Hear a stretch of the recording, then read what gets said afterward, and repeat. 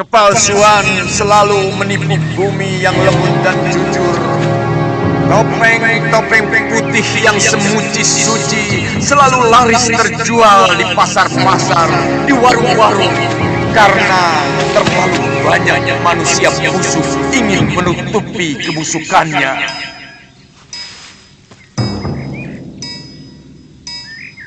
Kakang Dwipangga.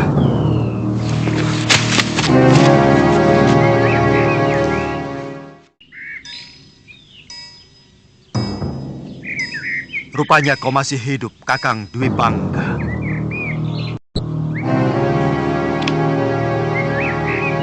Dendam adalah kawah gunung berapi yang tidak pernah padam. Dendam seorang yang dianiaya dan teraniaya oleh manusia kejam yang kebetulan adalah adik kandungnya sendiri.